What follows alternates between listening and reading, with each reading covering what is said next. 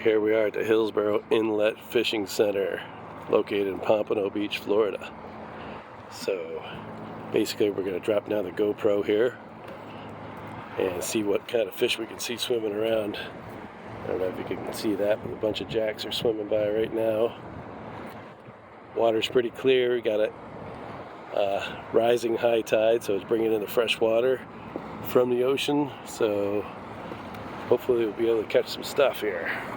If you like these videos, please subscribe and like.